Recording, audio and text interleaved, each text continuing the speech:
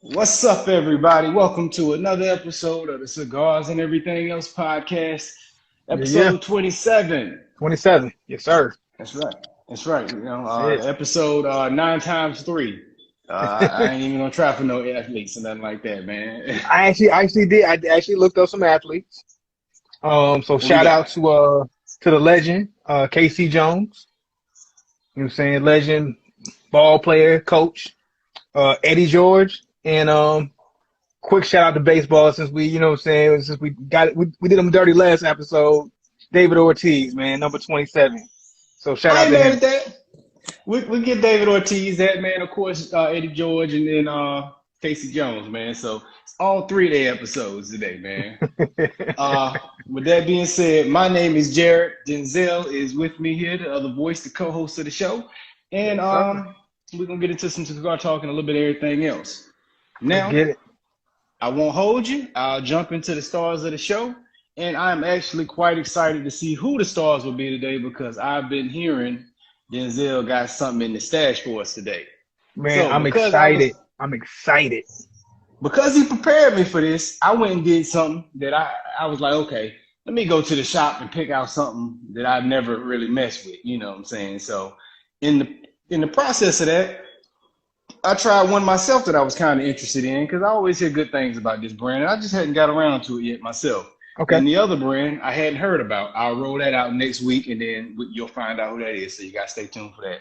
But this week I'm gonna be messing around with Partagas, the brand Partagas. Nice, nice, nice, Have nice. you tried Partagas yet? I have not. I have not. That is one of those that have caught my eye a few times, but I always pass them up. Man, it's a beautiful band too. Beautiful Yeah. band.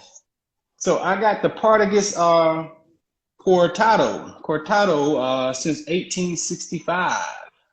I mean, sorry, 1845 Cortado version, whatever that is.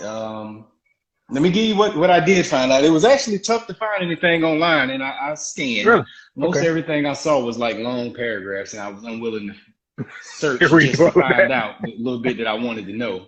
Yeah. But from what I gather, it's of Nicaraguan origin, and it's an Ecuador wrapper. So Okay. that's pretty much what I wanted to know, and And I said hopefully you that's go right from because I there. skimmed. Hopefully Yeah. that's right. But I mean, when it comes down to it, we like to figure out for ourselves what all the complexities of the cigar are anyway. So all the little nuances that and put into the cigar descriptions. You know, we like to see it, but we like to go off our own take either way. So Yeah. So that's it's really all. probably best that they made paragraphs that I was unwilling to read. Right, right, right, right. All right. So, Here we go. The moment man, I've been waiting for. I've never been more excited to try a cigar than I am now. I've seen this brand. We've posted this brand a few times and never got a chance to actually pick them up, mainly because of price point. I was always unwilling to do it because of price point. So this week I broke my price point, willing to go over $20 for a cigar, and I actually grabbed two of them, and then game time Ooh, decided which one I wanted to go with. what you got? All right, give me a second. I need to reconnect my earbuds. Oh, you fell out. Don't know what happened. Say something again. Yeah. All right, you back. You back in my headphones. All right, cool. We don't want the feedback. So I went and got some Winston Churchill Davidoff cigars. Mm. Two of them. I got a box press Nicaraguan, and I have the Late Hour. Both of these, one was 22, one was $20. So definitely well outside of my price point, my price range. I usually don't like to do over $15 for my most expensive cigar, unless we do a Cohiba episode like we did that one time. And even then, I think I still spent less than $20 if I'm not mistaken. Yeah, I think But it's I around always, 18, 16, $18, yeah, I something think it like was that. like 18. But I always wanted to try Davidoff. I always they catch my eye from time to time. I read about them, and it's like, man, one of these days I want to pick one up and I want to try it. I want to try it. And this We've been week, talking about it for a while. Neither one of us. I pulled the card. I pulled the card, and I went with two, and made a game time decision of which one I should go with. I'm gonna go with the late hour today. You Late know how hour. much I love box press, Nicaraguan wrappers, all of that good stuff, but the late hour seems like that's gonna be the one to smoke for the day. Okay, okay. Did you have any research on either one of those two? We can know I what did. type of wrapper we dealing with, the origin of the cigar. I did. And the box press Nicaraguan was a more of a spicier cigar, is from the description. So that's kind of what kind of steered me away. Like, if I want to try a spicy cigar, let me try that on my own time. Let me go with something a little bit more smooth and laid back. So the late hour is an Ecuadorian wrapper. Okay. Um, Pretty much a dark chocolate Maduro looking wrapper. You know Mm-hmm. how much we love those dark wrappers. So it's actually darker than the box press Nicaraguan wrapper. It's probably one of the darker wrappers I've seen. I don't know if you can tell if you can tell from what I'm showing here. So Right. it's a pretty dark wrapper. Um, based on based on the website, the Davidoff website, it's saying that it should have some flavors of wood, spice, dark sweet coffee, dark chocolate, vintage leather, all kind of combined in there. So I'm kind of interested to see how all of those little nuances are going to play out throughout the cigar. So it sounds like Okay. a really good cigar. Sounds like a good blend. Sounds like a good mix. And I'm willing to take the journey. Ready. I'm Hey, that's excited. dope, man. So that's good, man. We both went two routes. We're both excited for it. I'm excited. You know why I'm excited for my little Partagas is because I've always heard, shout out to Goat, man. I always hear Jordan say this is his favorite brand, Partagas. Really? So Really? yeah, Okay. so it's like, Man. let me see if I can go get me a chip today in life after I smoke this. You know what I mean? I'm pretty sure he smoked one before he won a chip and after he won a chip to celebrate, right? Right. One to Exactly. prepare and then one to celebrate. Now, with that being said, your price point was on this specific one that you're smoking today was 20 what? 22? 20, which one was it? Was One was 22 and one was 20. So I don't know which one is which right now, but okay. both over $20 when it comes down to it. So I still have my packaging for mine. Mine is $8.20 for this Partagas that I have. Mm, okay, okay. And you know, like Going when with it a comes punch down to today because price, that's all I could find this morning. Also, just to acknowledge hey, that. I'm right there with you. I'm on a punch There today. you go. But yeah, like we talked about before, $8 cigar. We found some really great cigars for $8. And that's why like I become a stickler when it comes to price point. It's like I don't feel the need to have to spend $20 plus, $25, $30 for a really good cigar, especially when I can find plenty that's in the $8, $10, $12 range. Right. You know what's interesting about that, man, is we're talking about it.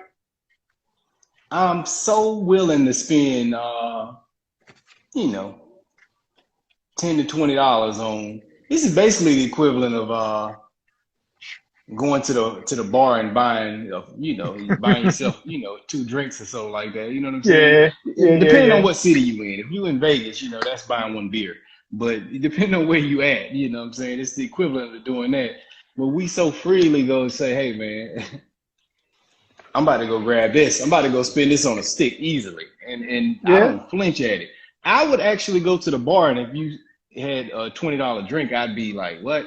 But a $20 stick, I'd be like really heavily Yeah. considering that. Like, you know what I'm saying? Yeah, yeah, Like, yeah, yeah, yeah, yeah. it's worth it for me. Yeah, I mean, like I start frowning upon a drink when it comes over, you know what I'm saying, 12, $13. Anything more than that, I'm like, nah, man, that's a bottle right there. All right. Ooh, okay, that's good. Yeah.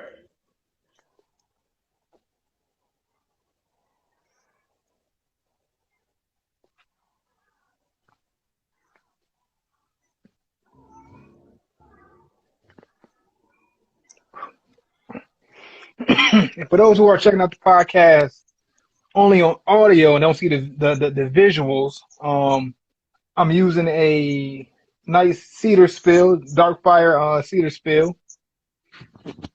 Give him a cigar a gentle welcome to its toasting.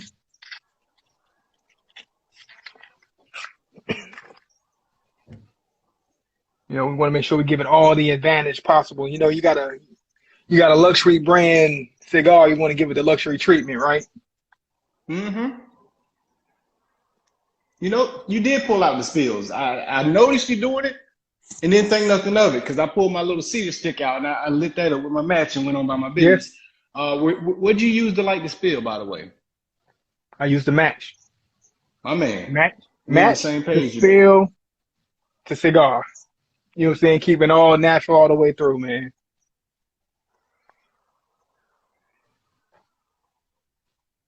I did not get a good light going, but we'll get All there. I don't right. even want to use Yeah. another match for it. Right. I'm a little uneven. I might go back to the cedar spill just to get a little touch up on mine. But man, off the first couple of puffs, I'm getting luxury. Okay. I'm getting luxury.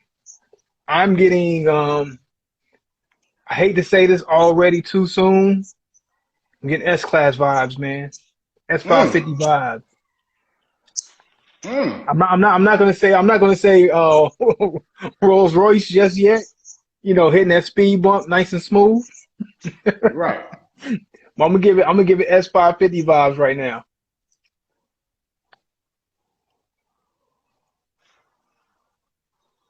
Already. Ooh, stop paying attention and got some finger on that. Burnt a little finger while I wasn't paying attention there. Man, okay, so I'm getting some a little bit of cocoa in the very beginning and some wood, so some woody notes with a little bit of cocoa. Not necessarily a dark chocolate just yet, but I can get a hint of that cocoa right now. Okay. And we're already now for those listeners who tune in regularly, you know Denzel's a Mercedes guy. So for him to automatically put it at the height, the pinnacle of Mercedes line by saying it's a S550, you know, that's saying a lot right off the bat. We ain't gonna ease in and say, you know, right off the bat, I'm at an Audi A8 or something. We just gonna go straight to the Benz, like. But we're gonna go straight there. That's what I'm getting right now. That's just off of maybe 4 or 5 puffs. Like really smooth, really easy on the draw.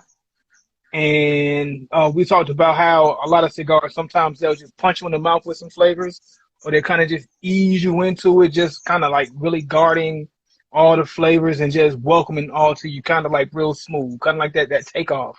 And when Right, you press the gas, you're hitting 60, but you don't even know you're hitting 60. right. It's that feeling as ushering you into that smoke. So Whew, maybe you like okay. you maybe you in that Tesla, man. You just taking off real, you know, I'm in a 0 to Tesla. 60 real smooth. Didn't even roar. Like the engine didn't roar. It just said, just Yeah, vibrated. so that's where I'm at right now. That's where I'm at right now. Nice and smooth, man. For Shout me out and to this Winston Partagas, man, Churchill. this is most definitely always shout out to them, man. I gotta be up next on that. Now with this Partagas, man, I am my initial thoughts is this is most definitely a mild cigar right off the bat. Very Hmm. light, creamy smoke. Um, Okay. there's almost a fruitiness to it, Mm. but very subtle. More so, the dominant thing that's coming through is like a kind of like a coffee espresso type taste is I coming like it. through. I like that. I like that. That's coming through is the dominant thing that I'm noticing. But it's very light and mild right now. Good morning smoke. You know what I'm saying? As Amen. of That, early that, on right now. and that's what you want. That's what you want. I'm gonna take that morning vibe smoke any time of the day. If it's perfect for a morning smoke, it's perfect any time for me. Yeah, yeah, man. And for those that don't know, I'm out here in Atlanta, so it's been smoldering hot lately. So this is This is good for the weather right now. You know what I'm saying? This is a good smoke, man. It's something that don't make me feel overwhelmed in this heat that I'm smoking in right now. For Well, y'all. y'all getting a hot one right now. I mean, this is my first time in a long time being, I guess, not considered. Even though some areas will call where I'm at the South. To me, it's not the South, but Like relative to where Texas. you're coming from, yeah, it's not Texas, it's not Georgia, it's not Louisiana. I've lived in all of those areas, North Carolina. You know, I've lived in the South. You know what I'm saying? So to All me, right. Northern Virginia, DC area is not the South. Even though some will argue, you know, I guess people from New York will look at like this area as the South, Southern or whatnot. But It's really to running me, into that cutoff area. It's yeah, hard to say, it's that like cutoff whatever you area. want to But claim. yeah, to me, it's definitely once you go past, I won't even say Richmond, Virginia, but yeah, definitely once you pass Richmond, Virginia, to me, you're not in the South anymore.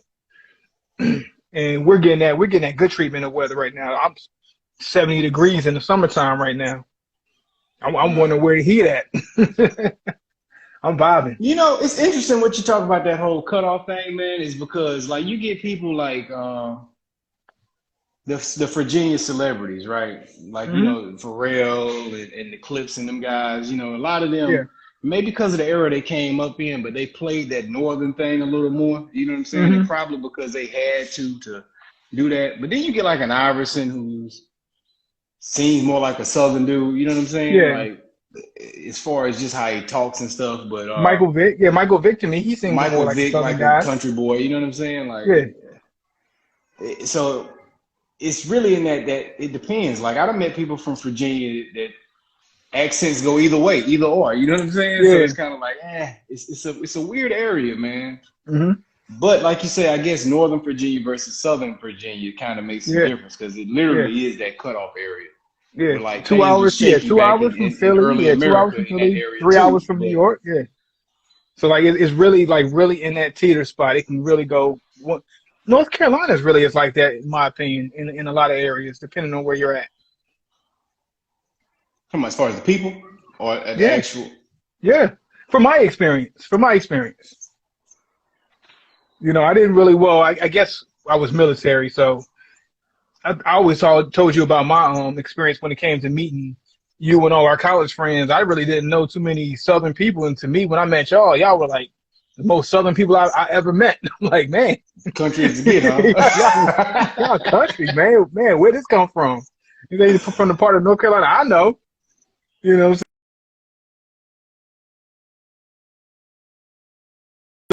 But yeah, so Because but that to me, and I guess that's the difference in our experience, man. Because to hmm. me, we weren't that bad. Like, you know what I'm saying? But You probably looked I at me met like, what are you worse. You know what I'm talking saying? about? I thought Yeah, we weren't that bad. I met worse. Like, we were yeah. the educated ones. So we going, you know what I'm saying? Like, You're like, man, all these accents, man, y'all are killing me. But nah, shoot, who knows, man, I'll probably develop my own by now at this point too.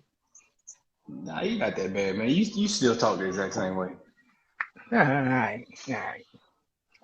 I like to embrace the South, man. Like I claim it. I claim it.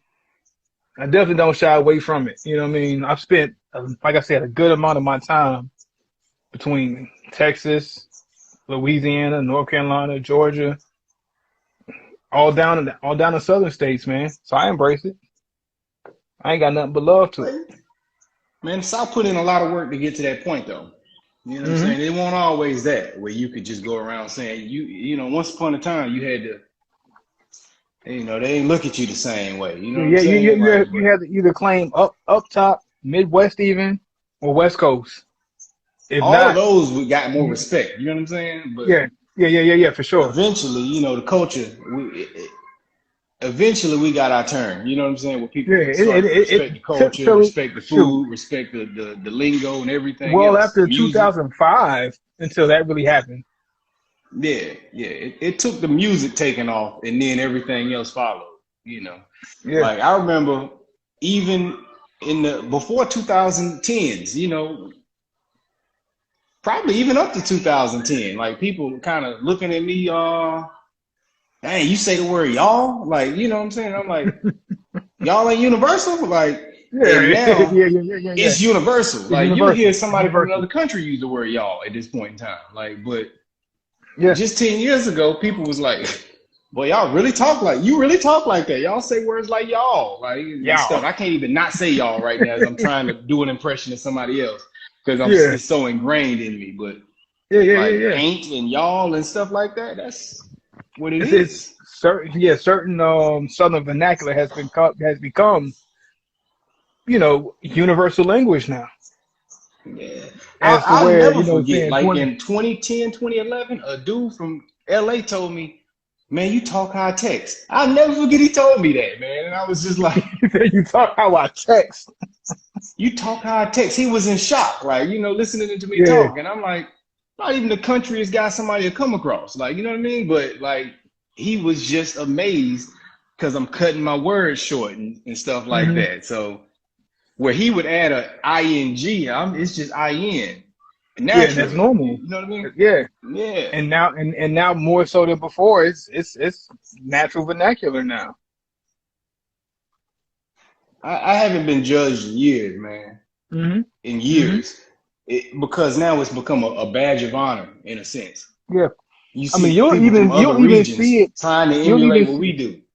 You'll see it in other regions. You'll see it in professional settings. Like it, it's become a way of life now. Like it's been accepted. It's been appreciated. It's just normal. Like I said, normal vernacular now, only because that work that the South has put in to say, nah, we're a mainstay. Now we have Yeah. something to offer. It's and people have drawn themselves to the South, connected themselves to the South, reconnected themselves to the South. I have to say Yeah. that for sure, Say because even thinking reconnected about because truth be told, Southern culture is American culture. Truth be it told, you is, know what I it mean, is like even and like especially for both my Black people, grandfathers, especially for Black people, it's yeah, Southern both my culture is Black grandfathers culture is Southern culture.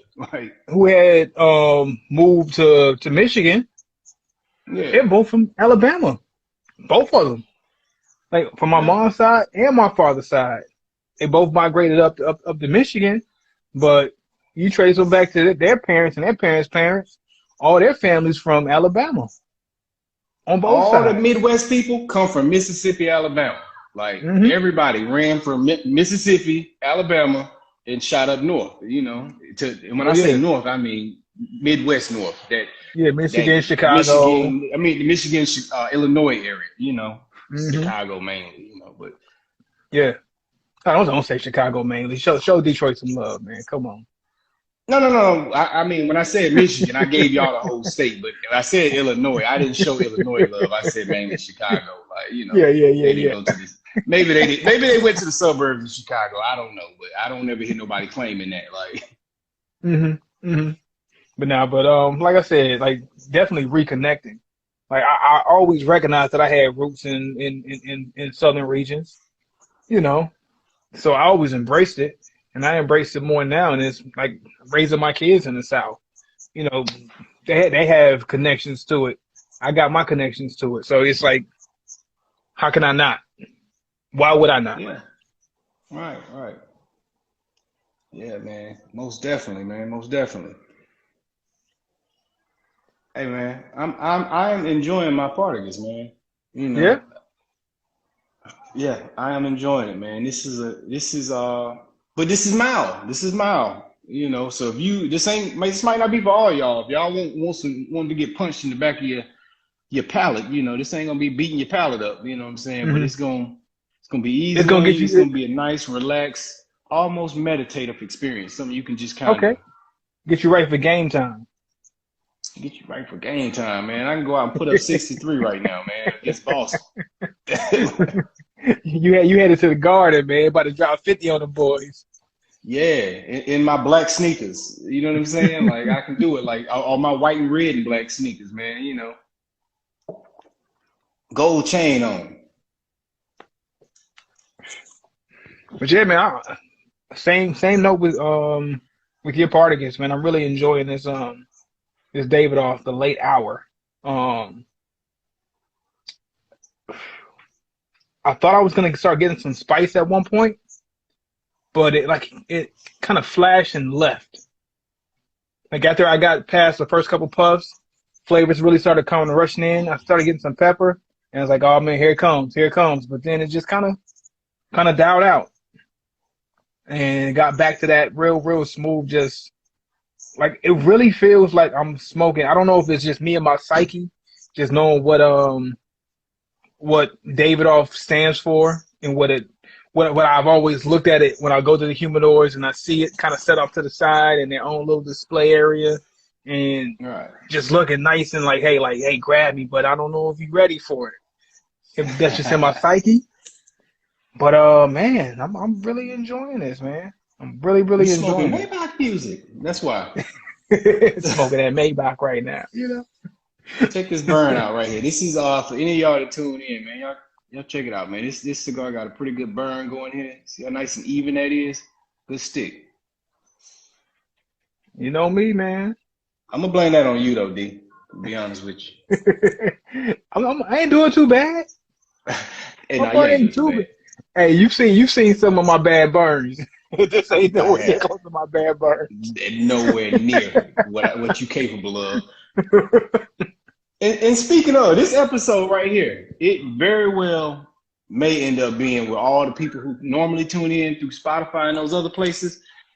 You might be able to see this time, man. Eventually, we gonna Yeah. stop being lazy and we gonna start adding that because we got the video, we got access to it. We just don't post it. And when I say We gotta I get to it. mean, so eventually it's gonna get done, y'all. You know what I'm saying? We gotta get to it. We gotta get to it for sure, man. For sure. Like, It's not a difficult addition. yeah, bring So I think the show going forward will like it's have good that. to it's good to see these cigars. Yeah, just burn, see the light process.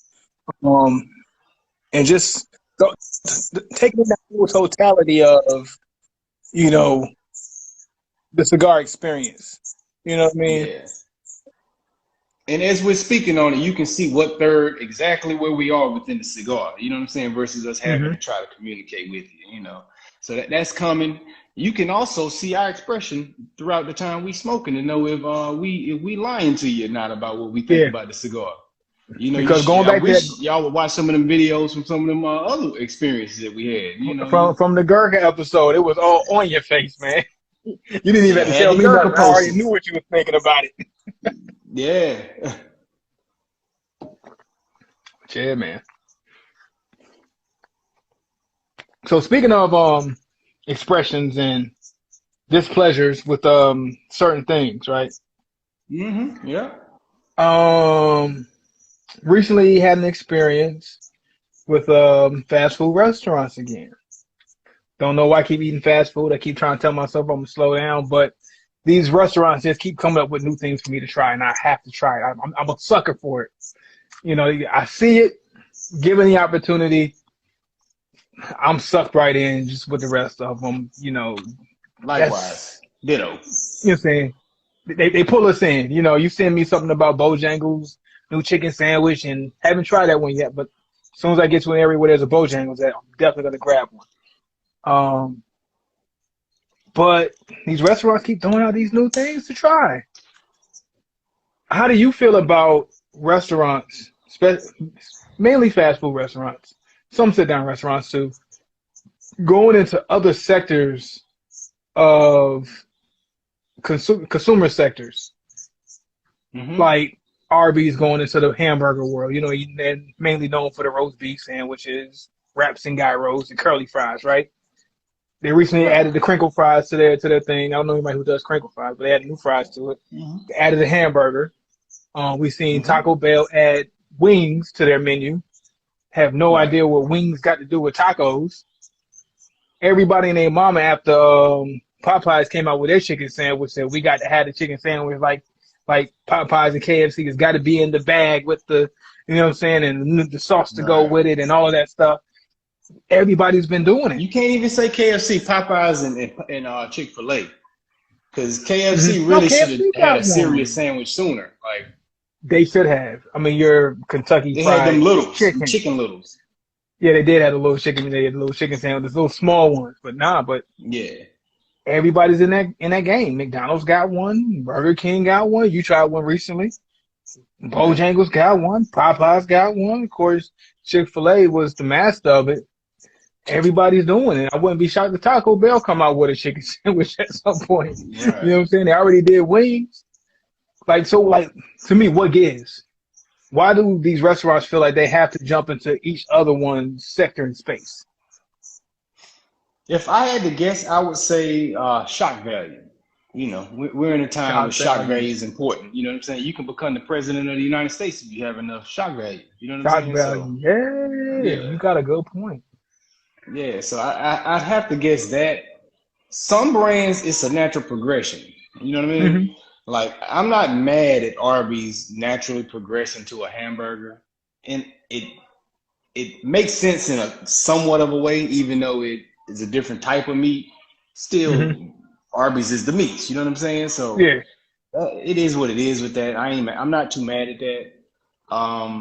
Of course, the chicken sandwiches. You get a KFC rebranding a new chicken sandwich makes sense. Bojangles dropping a new chicken sandwich, it makes sense because Bojangles always had like a grilled Cajun chicken sandwich, but they didn't Hmm. go crispy. They Yeah. should have been did it. I don't, but Should have been they it. played follow the leader instead. You know what I'm saying? But it is still a natural progression, so I'm not mad at it. They Uh, could have had all Popeyes hype if they would have did it mhm, first. They could have had all the exactly. Popeyes hype. So with the Maybe not. companies where I it's a don't natural know. I don't progression, I'm know. cool with that. Taco Bell Popeyes don't got make more. sense. Popeyes got more of the urban community than Bojangles does. I don't know. They do, but that a lot of that could have to do with just locations. You know what I mean? Yeah, yeah. Because You're churches gonna got find more of more. the urban market too. But Good point. Good who point. likes Good churches point. over? I mean, with somebody like churches over Bojangles, but I wouldn't take it over Bojangles. You know what I'm saying? Like, It depends on how much you're trying to spend. If I want a 10 piece for I five bet ninety their prices nine, ain't cheap no more. I ain't been in a while, but I bet their you know what prices ain't cheap. they might not be, but if they not, I'm pretty sure everybody in the hood hot about that. You should be able Oh to get yeah, a man. 10 piece for 5.99 easy. Right, and one of them biscuits. Now the biscuits be hitting though. You know what I'm saying? Now, they might not know more. Keep in mind, I ain't had no churches in probably nearing a decade at this point in time. You Right. know what I'm saying? But that chicken was really big and really greasy. Yeah. Don't get me wrong, it hit the spot, but I'd have been just as happy with a Mrs. Winters than with a Churches. You know what I mean? Like, Churches, yeah. Yeah. They right there to me. If you right there. Mrs. Winter's uh, churches. Popeyes. I like Popeyes like anybody else, but I'm gonna go on a limb and say they overrated. Mm. They not worth the headache. You They not willing to worth the stand on headache, and that? you can't You willing not to go to stand on that? Popeyes and get a headache. Say Mm. what? Now I say you willing to stand on that one? I'm gonna stand on it just off the strength that they not worth the problems that they present. I'm sick of giving them my money. Like the chicken ain't that good where I want to sit in that line for 20 minutes and it's only one person in front of me, and then you got Yeah. an attitude with me. It ain't that good. Like you know what I'm saying? Like All so right. it's So now, overrated in that sense. if you had to have chicken, Popeyes is there, line wrapped around the corner. KFC across the street. Where you going? You gonna wait in that Popeyes, line? man. you gonna go Popeyes. wait? You gonna go wait in that line for with a headache, right? Yeah, man. But KFC is a headache too. They Mm, treat you like crap too. they And do. and all them how many seasons did the Colonel used to have back in I the day? can't remember 17 or something? all the spices, all the spices. I don't know all the spices. I don't Colonel even got think all they the got them spices. no more. That chicken don't hit. That chicken is not as good as it used to be. Yeah.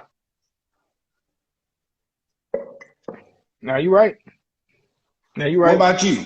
What's your take on Popeyes? I done took a dump on Popeyes, but any company I that ain't ride with got no customer Popeyes. service, I don't want to give 'em my money. McDonald's same stand for them, man. But here's the They thing, like Popeyes to me. if I'm going to a fast food restaurant, I'm not going in for the customer service. I'm not. I mean, granted, I don't want to be rushed at the drive through.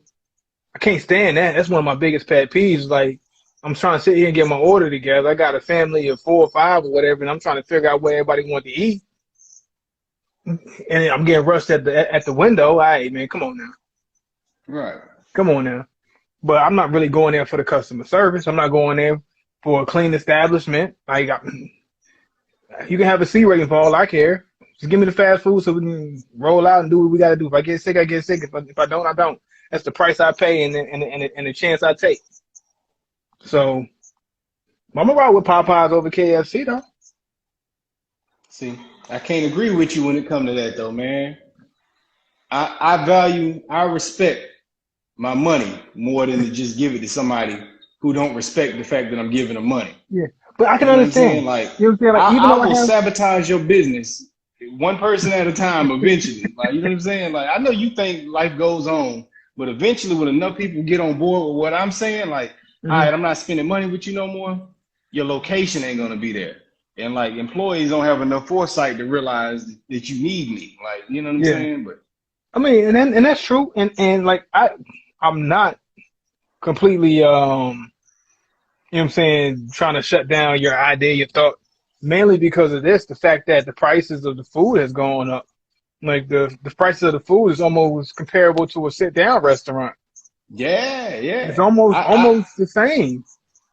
You know what I'm saying? Man, I I can can't go, go to a burger spot and spend under $30 for me, my yeah, wife, and my 5-year-old and my 1-year-old. Like, yeah. so So you spending money. So I can understand it by from that aspect. It's the fact that you're spending a good amount of money. You're not going in with a $10 bill and feeding 4 people anymore, like you used right. to 20 years ago. You know, if you want to spend money on 4 people, yeah, you're gonna have to bring a 50 spot. You know what I'm saying? You gonna have to bring a couple 20s to the game. Yeah, at least two You know what I'm twenties saying? for fast food. Like, For fast food. if your But car before, is full, like if you got 4 people in your car, no matter what age they are, it's gonna run you 30 plus. Like, yeah. So I get that. So I get that with the idea of it being fast food. Okay, yeah, I don't expect great customer service and the best establishment, but for the money I'm spending compared to a restaurant, I'm gonna sit down. It's a nice establishment. I'm getting waited on and great customer service. If I'm spending pretty much the same amount of money, yeah, I get that. I understand where you're coming from. Me personally, I don't expect it, but I can see somebody with your perspective would have, because the amount of money is comparable to somewhere else you can go and get a hot meal, but fresh, and get waited on. let me clarify this. I'm not saying everybody got to be Chick-fil-A standard of customer Hmm. service, but be pleasant to me. Don't Yeah. treat me like I'm your baby daddy and I'm giving you problems in the drive-through line right now. And I'm more pleasant than you are to me. Like, you know what I'm saying? Yeah. Meet my energy. If I'm like, hey, how you doing? May I have one moment, please? Tell me when you ready to take your order. Like, what? What do you say? I don't want to deal with that. Like, you know what I'm Right. saying? It's like, you know what? I never mind. We Yeah, out, man. man. We'll go somewhere else. I'm just gonna drive off. You good? I'm done. Like we went to a restaurant the other day, and this is a sit-down restaurant, and they were like, "Yeah, it's gonna be an hour and 45 to 2 hour wait," and it was like one other family sitting at the little chair over there waiting. You know what I'm saying? And my wife Hmm. was like, "What they say? How long they say it was gonna be?" Said it was gonna be an hour 45, 2 hours.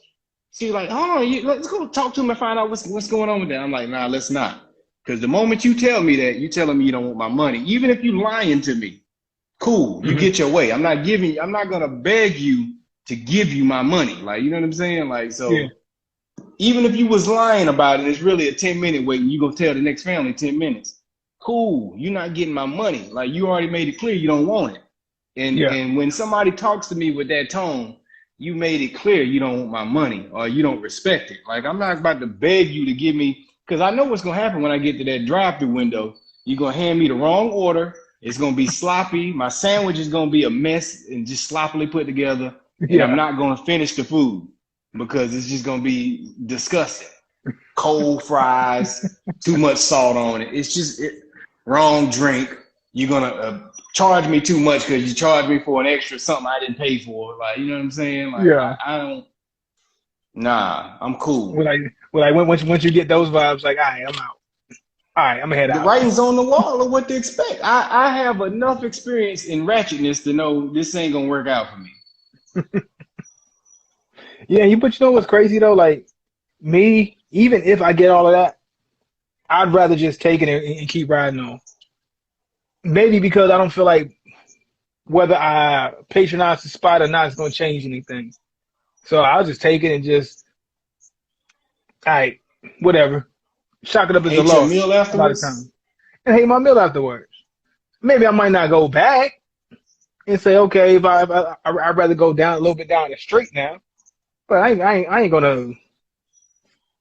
They got it. That's pretty much how I am. I'd be like, they got it. They I got don't it. want to risk it. You You may gonna give not me get that sorry my burger business with going forward. sauce all running out the edge into the wrapper, and she's going, Well, because nah. when it comes down to it, I'm still going to eat afterwards. when it comes down to it, I'm gonna be like, well, I didn't really need it, or did I really, really want it anyway, or am I getting this just because that's a quick option, just so I can make sure I'm good to go? 9 times out of 10, I really didn't want it anyway, unless I do go out my way, like when I go get that Chick-fil-A, not Chick-fil-A, but Bojangles chicken sandwich. I am going out my way to get it. So by the time I get there, I want it to be right. But 9 times out of 10, if I'm hitting a fast food restaurant, honestly, I really don't want it anyway. You're just taking on the chin just to Mm-hmm. be able to make a turd later. Yeah, I'm not. Yeah. I ain't with it, bro. Like, I've probably been exactly where you at before, but today I'm not with it, man. Because I'm becoming that You're more old of a cranky stickler now. dude that's looking at these kids like there's something wrong with them, Mm-hmm. man. Like, And I went to that's a another. Wendy's one time and the dude leaned out the window and started like dancing at me, like looking me in the eye. This dude, like, and he was bopping and we looking at the window at each other and my family's in the car. I'm like, you look stupid, homie. Take my card and stop dancing in front of me. Like, you know what I'm saying? Like, what are we doing? Like, what you think? Yeah. What do you think I'm doing? I'm with my wife and my children. Why are you playing with me, kid? Like, take my money. Like, Playing with my money, playing with my food, you playing with my time. I'm I almost understand 40. that. This don't look cool to me. Like, you look stupid. Like, Yo, isn't it crazy how perspectives are changing though? Like you mentioned, like hey, I'm almost 40. Yeah, as we get to that point, it's like, man, our perspectives are changing. Not saying that we were. I don't think I was ever that dumb young teenager or young 20 something who did something like that. You know, I worked in professional environments for the longest. I was working at Marriott. I was suit and tie every day. yeah. Um, but it's crazy how our perspectives are changing now versus how these kids are nowadays. And I wonder how if that's how we were looked at it at some point, even though I don't ever think that we were to that extreme on the macro sense. You know, of course, you got some. Yeah, we had ignorant people during our time who just whatever didn't take life serious. But at the same time, I really feel it was more than not. Even us in those small jobs, even me. I see you burn. I see you burn. Trying to show it off a It little fell bit. off. Even when I worked at Family Dollar, man, like I still took that professionalism to a degree. Like, you know, this is a job. I'm making money. I'm on the clock. I'm gonna be as professional as possible still. I don't see that. I don't see that nowadays, man. And I'm kind of wonder. I wonder how these generations, as we keep going on in these menial jobs, quote unquote, how these kids are taking it. You know, when you were 18, 19, and we were coming up and you had to take whatever kind of menial job you had to take to get by, we was in it. We was in it. You remember I turned down a whole trip when our whole crew from college went down to Miami for a $6 15-hour job, a $6.15 job, because that was my responsibility. Now I'm gonna be at Right. Family Dollar still, instead of cutting out on the job and going down to Miami and go hang out with my boys while we living it up while we college kids. You know what I'm You saying? made that decision at what, like 1920 or something like that? Had it been 19 or 20 years old, yeah, making $6.15 an hour. I was like, nah, man, I gotta go. I gotta help unload this truck and you know what I'm saying, get on this cash register and stock these goods. You know what I'm saying? Yeah, while y'all go to spring break in Miami with our NFL friend. Yeah, that's the decision you made. That's the It's very shit I mature made. and responsible. It sounds ridiculous today, but it was extreme. It goes to a test of your character at the time as a young man. Like, If I go back, me being who I am now, and I probably would. I probably think I would have changed that decision. Going back, hindsight 2020 now, but that's just how serious we took things back in the day. I don't think that the younger generation do the same thing. I'm not seeing it that much. I don't know if you see anything different, or if you're even plugged into that space, into that realm. But man, it's kind of nerve-wracking to me about that.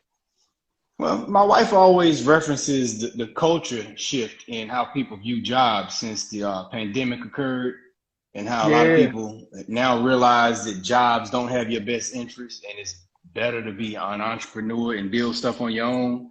And people yeah, don't want to work for people, and they just being locked up in home let a lot of people realize that they missing out on time at home with loved ones and family, and that they that's true. appreciate having that. That's true. So I think there was a shift that's been taking place in how people view jobs that really took place on a large scale when the pandemic hit, and Hmm. it ain't been no looking back ever since. So I think that's how a lot of people are taking it. Don't get me wrong, even prior to that, I think kids was kind of looking at jobs as forget this job, this ain't nothing. But Hmm. I think it really took off on a mainstream scale afterwards, man. They just Yeah, don't respect it. And I in a sense, I can't be mad at it because I know how little some companies respect their employees. yeah, yeah, So yeah, they yeah. getting But paid see, back. but I don't look at it like that. I don't look at it as the job or them worried about whether the job got my back, but it's about building something within you as the individual. You know, That's what I look at it as also. I don't work for I do good work for me, but a lot of yeah. that comes from what was probably instilled in our generation. You know what I'm Like, do saying? you It see do ain't it you ain't see about the kids like job. in your neighborhood? Do you see kids coming around with rakes saying, "Hey, Mister, can I rake your yard?" Like we were Yeah. doing back in the day. I used to go around in my neighborhoods with a rake, knocking on doors, asking, "Can I rake their yards in the fall time?" Hey, I want to rake. I want to make some money. Can I rake your yard? People ain't knocking down my door. My grass would be grown to the kneecaps.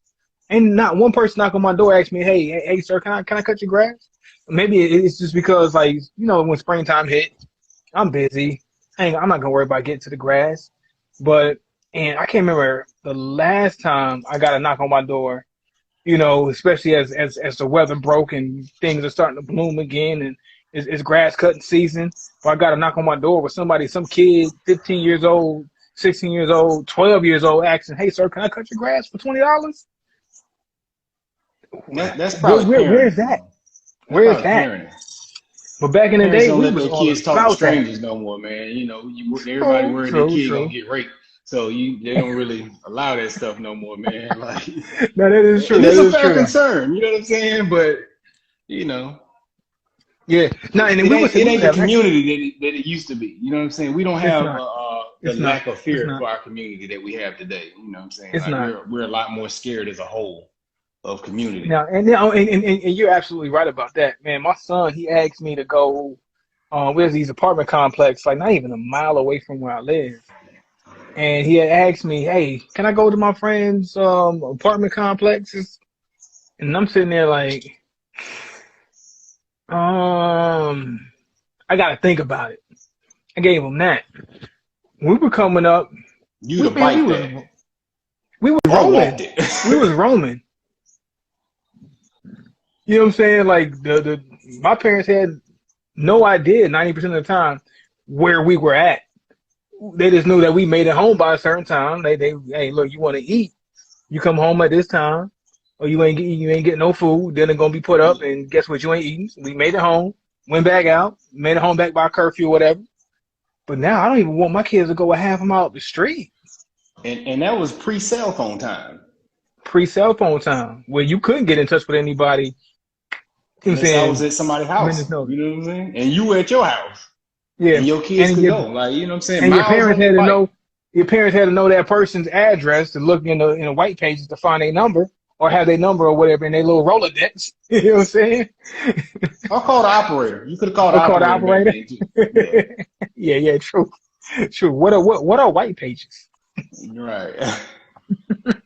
It's a website now. But Is it even? They still yeah, got the it's a white pages website. website. It's a website. Yeah. I wouldn't have known. Who even uses the website? Who? Why would I need that? Like, because you gotta probably pay for a subscription to get the information anyway. At this point, it Yeah. used to be free. Like, What are white pages? What are yellow pages? When was the last time you seen one?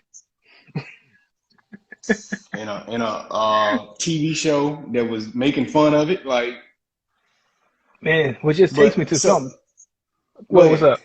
Now you go No, I ahead. Go ahead. just no, I just was making to the point, man, that the times is different, man. So that's probably why you ain't having people do that, which cuts into some of the kids' ambitions. You know what I'm saying? Like, ambitions are going to change with that, with those type of culture changes. You know what I'm saying? Certain ideas and stuff is going to change. Maybe kids is Which equally as ambitious, but they just not going to be able to show it because they doing everything on a tablet instead of versus getting in the streets and not doing not labor. even. Well, I don't know. I don't know about your experiences, but me personally, from my experiences, are they as ambitious? I can't say yes or I can't say no, really. Um, Only because when I look at ambition and I look at the need to get something done or the need to gain information, when the information is literally right under their thumb, and they're still asking you for the information when all you got to do is thumb something in, not even thumb something. You can, hey Siri, You what just is talking. this? And you can sit in your bed and just talk it. I need to know this information for this college application or scholarship or whatever it is, or I need to write a paper and I need to look something up. I don't know if it's the lack of ambition or the lack of know how to find information, but I've seen it. My daughter, like, hey, look, you trying to get into college. This is when she was trying to go to college. I'm like, I remember when we were trying to get into college, I had to wait till my dad came home from work, wait till he got done with his computer. Hey, asked my dad, hey, can I get into this? Look up something real quick so I can figure out how to do this college application or find this college or do this or figure out this scholarship thing. Or if I had a report to do, had to go down to the library, look through all of these books, or pick up an Encyclopedia Britannica, figure out where my information is in that. Yeah. That's ambition. If you asking me, like the way that we had to find our information and seek out our information and actually get it accomplished, Yeah. shows me that Or we write had an actual ambition. physical letter, send it off somewhere, and wait on a response so you can fill out the forms they mail back to you. Like, But and my then daughter's wait another literally, month for a response. yeah, my daughter's literally asked me for information. I said, hey, look, did you look this up? Click, click, click, click, click. Here's the information you were looking for. How long did that take me? 10.5 seconds. Where's the ambition? You know what I'm saying? Mm-hmm. Where's the ambition? You need a scholarship. You need a job. You need a college application. You need to know this. You need to know that. You need to complete this report. Everything's right underneath your fingers. So how much ambition does it really take? And do you really have ambition if it takes that if it takes that much little effort to actually gather the information and you still come up goose egg on the information? Well, Where's it's the interesting, ambition? man. You got me pondering to try to figure out what it is because I have a tough time wanting to believe that humans are that much different, but maybe it's the circumstances. I mean, like, you look at it from this point of view. We're all slowly elevating our children's experiences. You know what I'm Hmm. saying? Like, where it's getting a little bit better, like, than with how we all may have grown up. You know what I mean? So, like, our kids are slowly becoming like the little rich kids that are helpless. Even though we might not look at ourselves and say, "Oh, we're all these wealthy people," but our kids are now behaving like little wealthy kids that when we was kids, you looked at as brats and they just don't know how to do stuff. You know what I mean? But Hmm. like,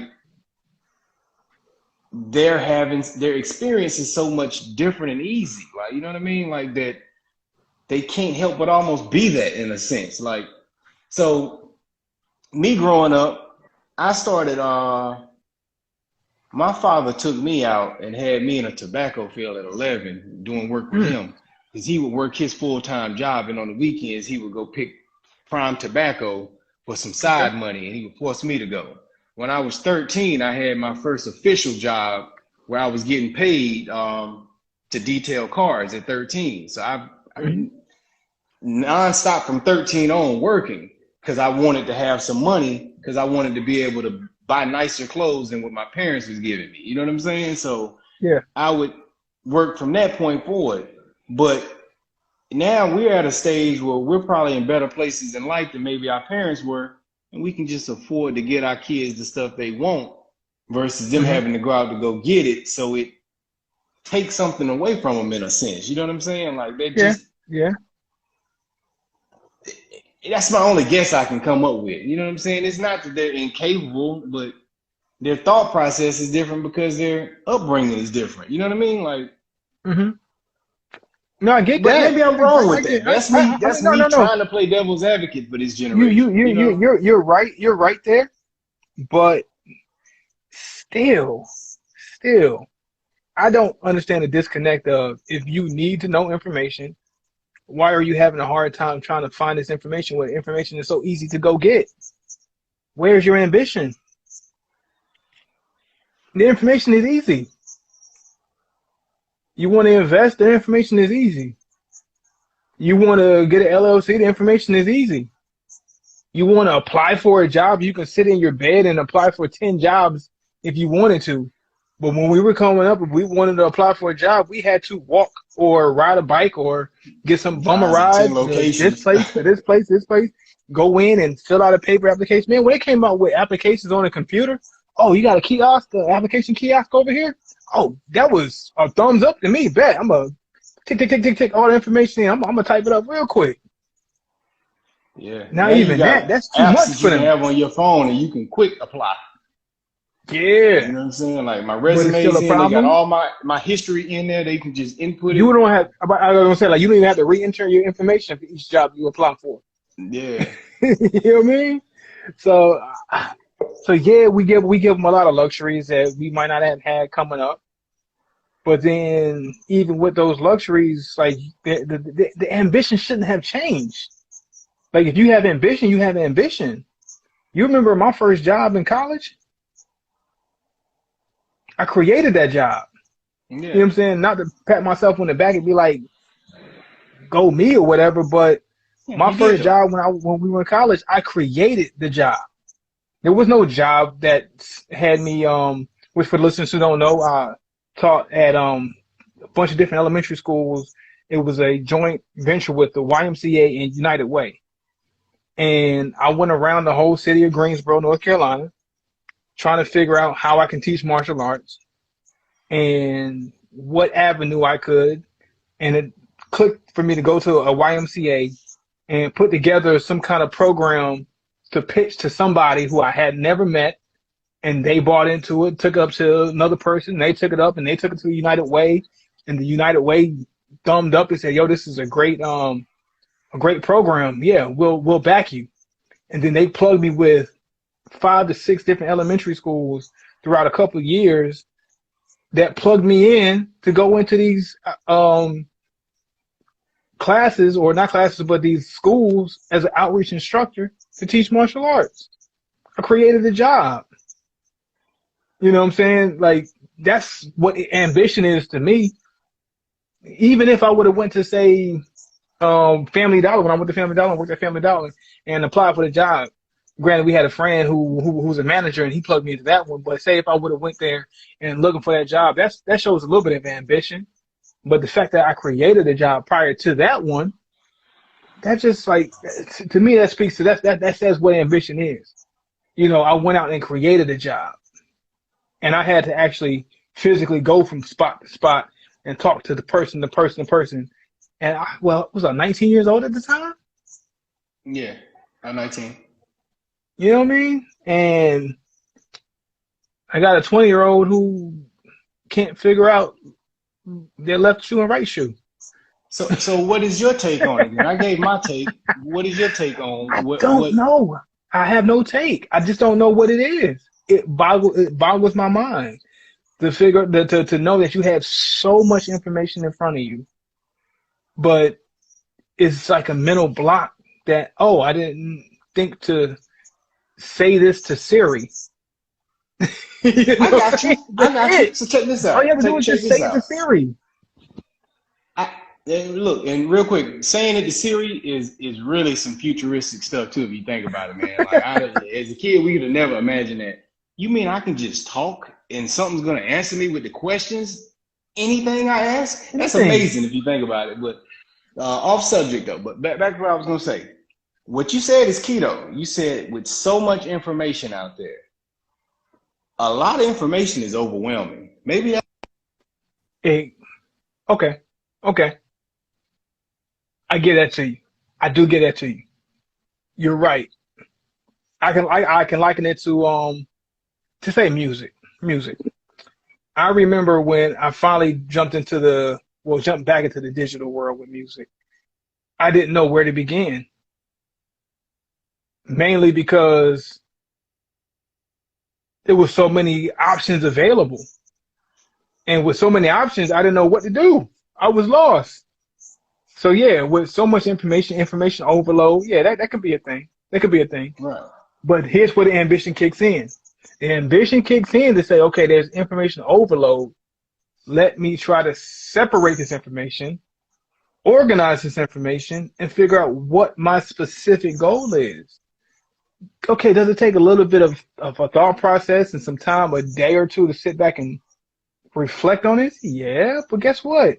When I was going around from job or place to place looking to create this job, it took days to weeks to months to put it all together. When somebody's Right. looking to go get a job, it takes days to weeks to go out and fill out all these applications. So to sit back and even though there's information overload, there's a lot of information out there. How long does it really take to sit down and say, okay, let me organize this information, particular to what I want to accomplish, Right. and start mapping out a way to make it happen? Yeah. I mean, I can I argue guess, with you there. I mean, because that is the truth. That does separate having ambition from non-ambition is mhm. being able to overcome information overload. Yeah, You know, yeah, because yeah. we all Like deal me with not it having no today. ambition, like, oh well, Anytime I get into something new, it's information overload. It's like, oh Lord. And I feel like it takes longer today to get some stuff done because it's like, okay, now I got to figure out what's good information and what's just somebody trying to make a dollar off of me. You know what I'm true. saying? Yeah, And yeah, yeah, what yeah, applies to what I'm doing, but I still find a way to get it done. You know what I'm saying? But yeah. I also have core values in to fall back on, like, you know what I'm saying, from another time where it's like, okay, I can push through this. Like maybe this generation just don't have that instilled where they can have something else to fall back on when that information overload gets Yeah. into play. And maybe that's us, grumpy old men. Our job, to, I guess, to equip our youth with it. You know, I don't know how to equip somebody with it though. I don't even I know don't how need, it was I equipped with don't me either. other than out of necessity almost. Like Like I don't either. But you know, I think we do have to get away from that stigma. Like think about the even back in the day, each generation, grandparent, parent, or whatever, always has that story of how tough things were to them. They had to walk 20 miles in the snow uphill to school, and then they had to walk 20 inches of snow uphill back home. Like, how you walking uphill both yeah, ways? You know what I'm saying? And it's kind of that idea that we have with them too. Oh, I had to go through this and I had to do that. We're getting there. We're becoming those people. yeah, Just like in the old days where our grandparents and parents had X, Y, and Z to get through to get to from point A to right, point B. But still, we want to kind of find a way to give that information up as far as how to navigate. You know, okay, we had to navigate this way. And it is our responsibility, in a sense, to give our youth that idea of how to navigate. It is. But we'd have to figure that out ourselves, and we'd have to have some ambition in and of ourselves to help our youth out, especially those youth that we are closely connected to, you know. yeah. Well, It those does take a stories little are bit going to more time. end too, by the way, that you were saying, those stories about how hard I had But before. are they? But are they? I Do you think they mean, will? somebody will always be able to say your technology is better than my technology, but I mean, like, Yeah. at Yeah, yeah, at yeah, a yeah. point, it's like, okay, y'all all BSing right now. This really ain't hard. Like, you know what I'm You saying? know what I'm Ain't saying? none of No, y'all but out look, here but look, sweating. You know what I'm but saying? check Like, this out. But check this out. Just like I said, man, when I was going to school, I had to wait till my dad came home to get access to his computer. And then when I got access to his computer, we had to have the dial up. And then the dial up took forever.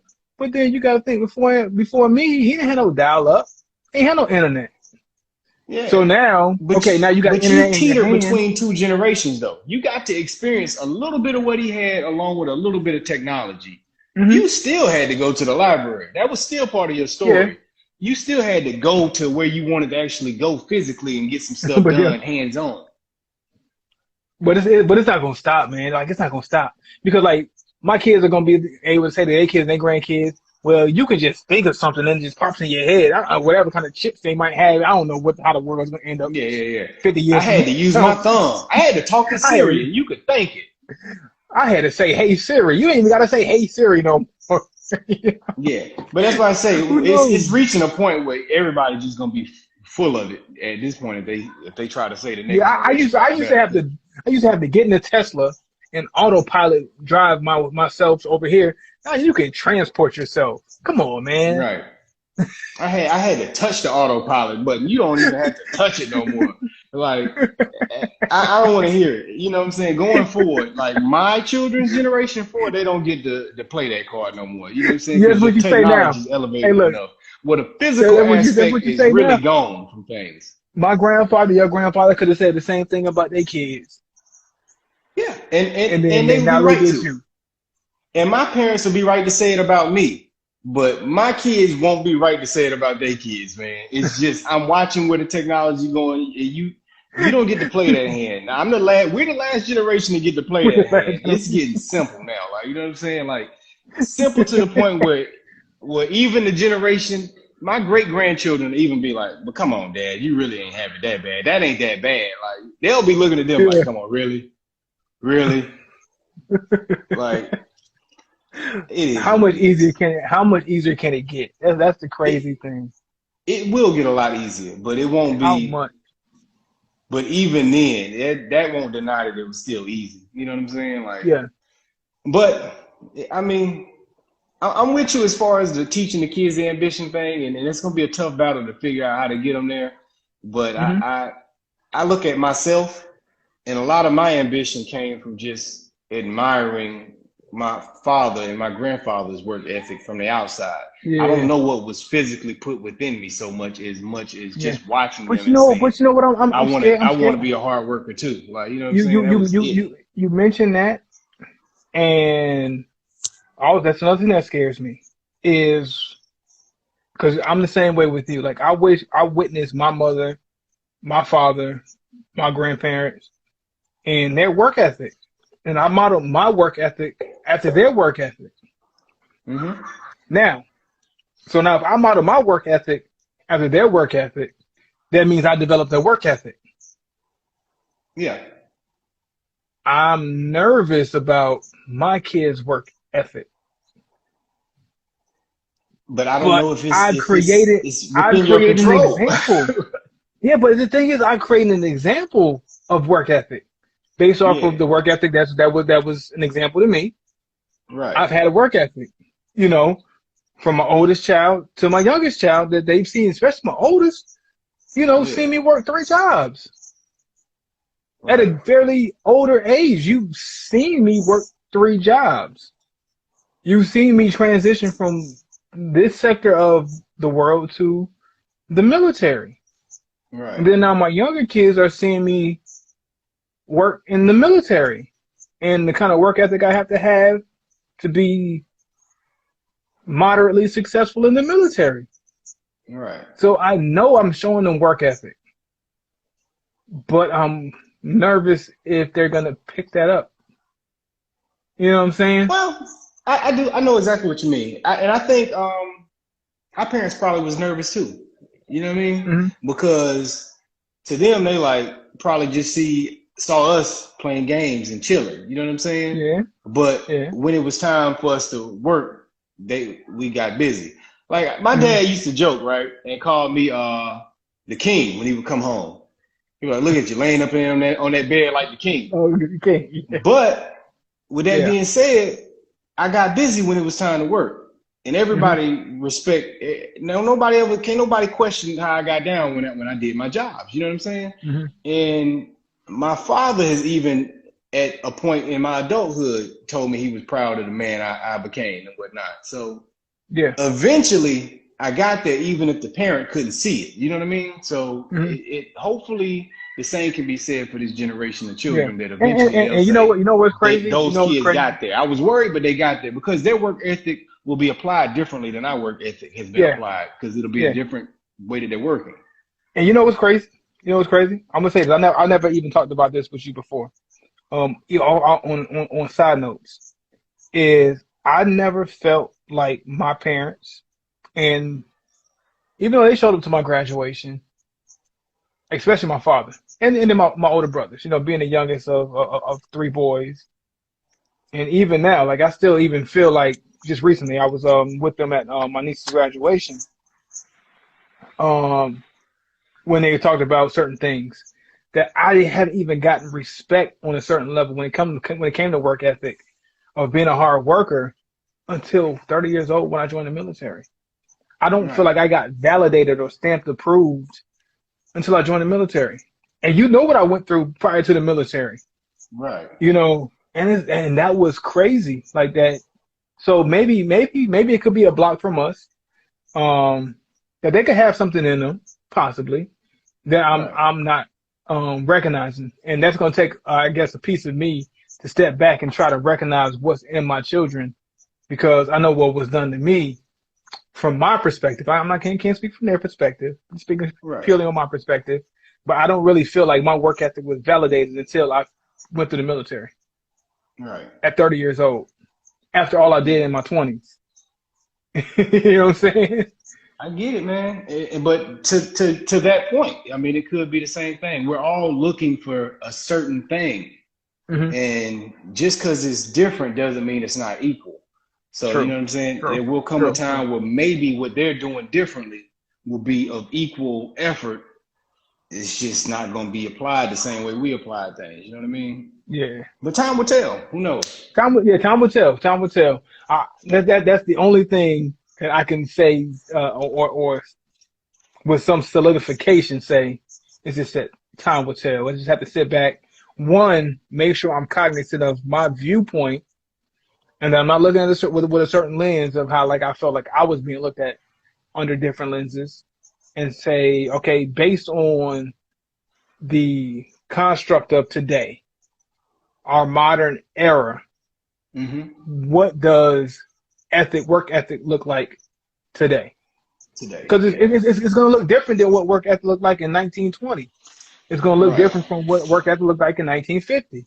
It's going to look different from what work ethic looked like in 1990. right, Going forward in the future, what work ethic looks like in 2030 is going to look vastly different from 2010. right. So I get that.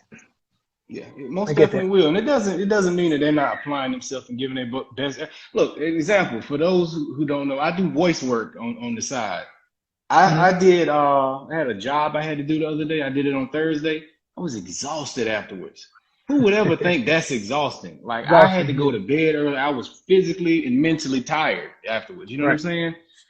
I worked hard, but look at the job. I'm talking. I'm just reading lines. You know what I'm saying? So like I would have prior to that moment, I would have looked at anybody to just talk about like if Denzel Washington come out how hard of a worker he is. I'm like, okay, Denzel, whatever. Like, you know what I'm You're saying? acting. But but after the experience, it's like, okay, I get it. You know what I'm saying? Yeah. You know, it It, can it, it take took some it took the it took some mental toll. It effort. can take some out of you. So Yeah. work Yeah. Yeah. Yeah. Yeah.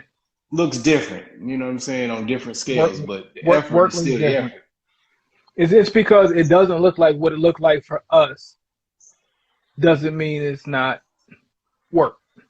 Doesn't Right, mean that it doesn't take effort to, or it's an exhaustive effort. right, right, right. I guess that just takes a shift of mentality, man. I got to work on that because I'm not there Yeah, yet. I'm not we there all yet. do. We all do. But with life experience, man, we'll eventually get there. And if we don't, good luck to the All right. next generation Hey, still, so man. real quick, quick shift of gears before we end this podcast, this episode 27. Right. Um, I need your take because I said we was gonna revisit this on the last one, based on the NBA final series and how things played out. I hope y'all catch the visual on this. On where Steph Curry, provided how the finals turned out, where he would place an all-time greats. You opening I a need bottle of your worms, take. man. We I gotta need close your this episode out, man. Opening a bottle of worms. Hey, look, take. I will I gotta know stand now. It's on fresh. I will stand on my comments from last episode without going into it. We can use this as a cliffhanger and pick up next week on it. But he's top 15. He's top 15. A lot of people are saying he's top 10. I don't know who comes out the top 10 for him, to be fair. You know what I Okay, mean? Like, because that top quickly 10 list remind, is firm. You know what I'm saying? quickly Like, you're remind doing me. somebody wrong to take somebody out to put him in. It is very, very wrong. Like I said, but that conversation is gonna have to be had. We're gonna have to pull some names to the door and say, hey, y'all need to come over to this table real quick. We gotta figure out who's in and who's out. Now, does he get in and you come out, or do you stay in and he stays out? From my perspective, That's a tough from my conversation. perspective, the You names already said, that he could replace would be Tim Duncan or Kobe Bryant, and I'm not really willing to take either out. ooh, wow, He can't take Tim's spot, not in my book. Can't take Tim's spot. great, So great, maybe he can have greatest Kobe, power but he forward of can't all have time. Tim. The thing I would say about Tim is he is probably the greatest power forward. So it's hard to take somebody out who's number one in their position out of a top Right. 10. Kobe's not Yeah. the greatest It's number only two. five positions. He's not the greatest two guard. So, but Tim is the greatest four. He is. Yeah. I don't have anybody to put over. Not Kevin Garnett, not Barkley. I don't have anybody to put over Tim as a number four. But Career double-double, came in the league, got him a chip first year, changed that mhm, whole franchise, led that whole franchise till he was done. after Greatest power forward, career double-double player once again, like and did it with nothing but fundamentals, man. He got his rings. he got it. That He that got man four of them. He got deserves four of them, right? position. I think Yeah, he got four. He got four. yeah. So he's I tied with can't I Steph. can't I can't take him out, man. He's submitted until another power forward come around and take his spot. He got So it. You know what I'm saying? remind us real quick. Remind our listeners, viewers, where was Steph prior to these NBA finals? You had him top 30, top 20, 25? I said he could be top 30 just by getting to the finals. He's officially top 30. He get a ring, he was gonna be in the top 15. Which means top 30 anywhere between 20 and 30. Not yet in the Uh, team for you. yeah. Between 20 and 30 is where I had him. Now Which you move him. he's definitely between 11 and 15. If you want to put him in that 10 spot, I'm only letting Kobe come out. So y'all can, yeah. I don't Argue want amongst to take Kobe yourselves. out for him, but y'all can take Kobe out for him. Argue amongst yourselves on that one. You say what? To argue amongst yourselves. Yeah, argue amongst yourselves if you want to bring him out for Kobe. That don't feel comfortable to me. Not just because Kobe passed, but just I don't feel comfortable doing that. You know what I'm saying? Kobe Like, was a monster. Yeah, Kobe was a monster. He was a monster. I don't know for certain that Bron is really that much better than Kobe. You know what I'm saying? So like, Mm-hmm. let alone and Bron is, I don't mind putting him at number 2. So it's hard for me to say put Steph over him, man. You know what I'm saying? You know, Like, and I know a lot of people who share that same sentiment.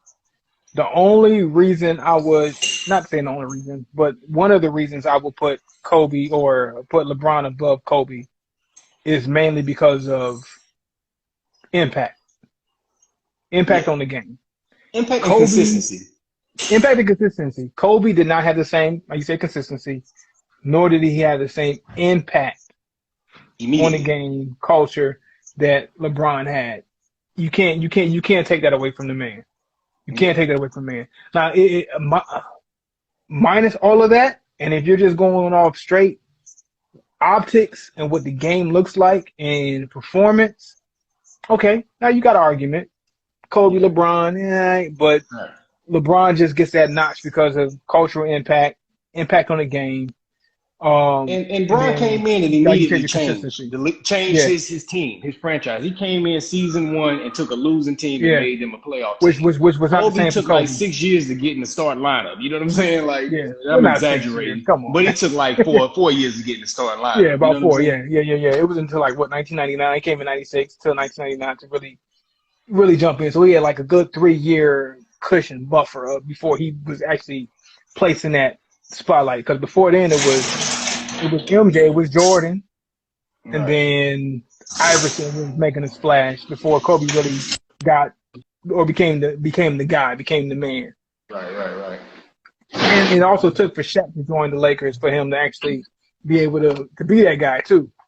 You got one of the most dominating centers in the league to come along before he's, you know what I'm saying, can actually play his role the way he played his role, which frees up a lot of space when you got a juggernaut like that down low.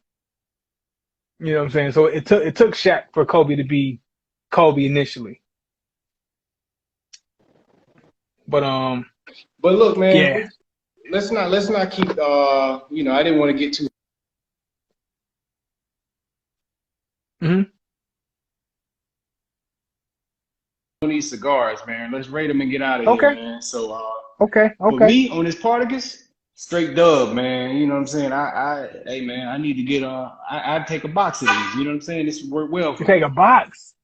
I Ooh. would take a box. You know what I'm saying? It would be a good Father's Day gift. You know what I'm saying? Because it's my type of smoke on any given day.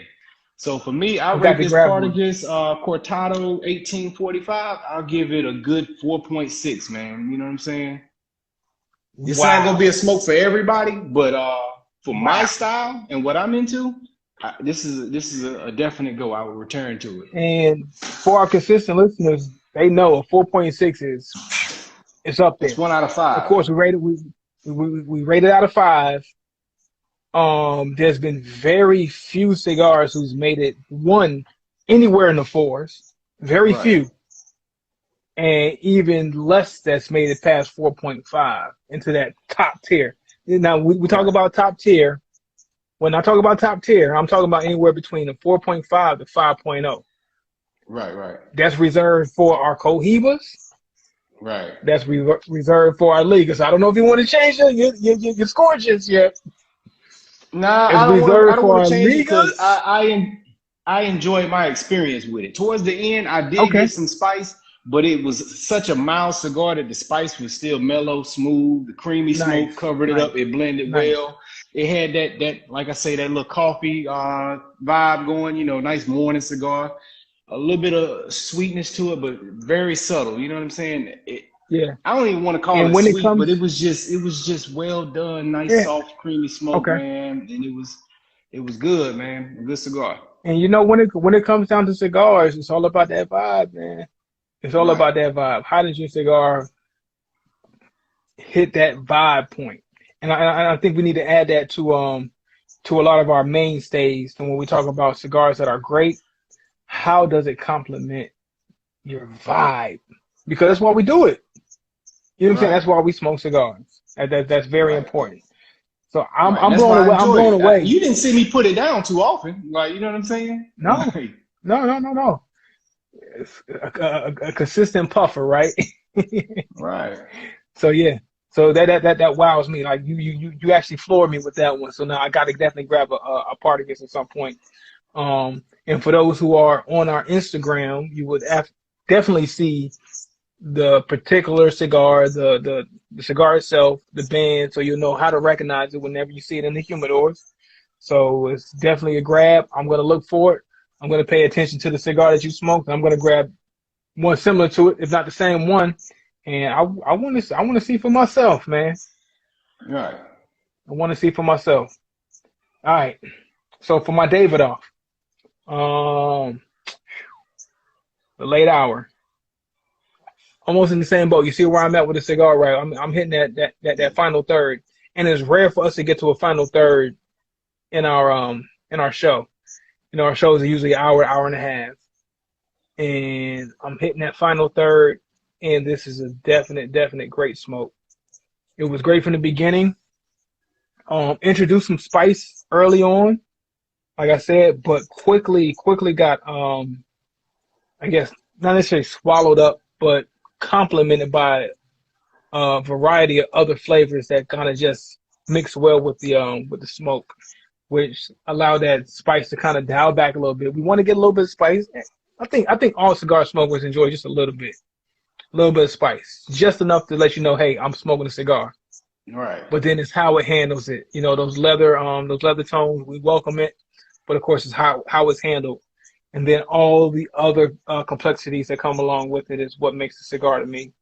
And that's what made the cigar was the boldness of the other complexities, which are welcoming to me, like those woody notes, the the dark chocolate. I definitely got some dark chocolate in there.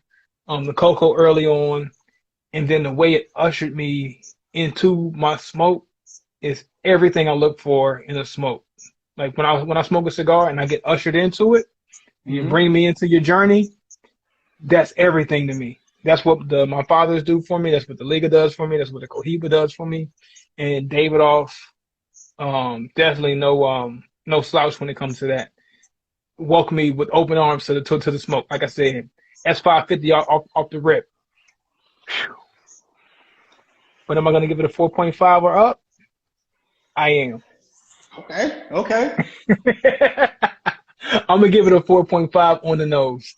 On the nose. Okay. Just inched in. Top tier cigar. I'm going to reserve if it's better to see how it finishes. And maybe I'll mention it on our next podcast as I finish this stick. But as it stands going into the final third, yeah, 4.5. 4.5 solid. Great smoke. I would recommend it 10 times out of 10. Okay. So mine was at a price point of $8.20. I really enjoyed it. My 4.6 does not mean that my cigar was better than his 4.5.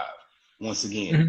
this is a matter of our preference and what I enjoy in a cigar and look for, and how it was able to provide me that once again in a lighter, mild cigar. You know what I'm Yeah. saying? For what it's And I'm worth. also going to say That my cigar is. 4.5. Go ahead. I was going to say my cigar is a bold cigar too. So yours was a light mild. Mine was a light body smoke, so it wasn't heavy on the smoke, in my opinion. Well, I say medium, not light, but medium, a medium body smoke. But as far as the complexities of it, and like it was more of a bold taste. Right. All the Right. flavors of it are bold. But how it handles the bold flavors was really good, really Right. good. And for a lot of cigar smokers, that's probably might be your preference. What he just had his cigar. You know what I'm saying? So that score, don't let it be indicative of what you might want in a cigar. You know what I'm saying? It might Yeah, actually technically be a better cigar, but per what I enjoy, I might have had a little better experience. You know what I'm saying? So, yeah, you know, yeah. was it worth the price point in the $20 range? I'm gonna say yeah. I'm gonna say yeah. Okay. I would not hesitate if I'm feeling it. If I'm feeling it, and I say I want this smoke again. I want what this cigar brought to the table again. I would not hesitate to spend 20. Same with the Cohibas. I wouldn't hesitate to spend $18 for plus, of course, for a Cohiba because we know Cohibas can fly as far as the Right. price points. But the Cohiba that we smoked, $18 for that one. I wouldn't hesitate to do it again. This 20 and up, I wouldn't hesitate to do it again. I wouldn't. Okay. Cool. Hey, there you have it then, man. That is episode 27 right there, man. Eddie George, man. Casey Jones, and what's my boy? Big Papa, is that what David you Ortiz, said? Big Papi, David There Ortiz, you man. go. Hey, man. That's the end of the episode. We appreciate y'all tuning in today for the Cigars and Everything Else podcast. Join us next week. We'll be back. Be back, cigars up. Yes, sir.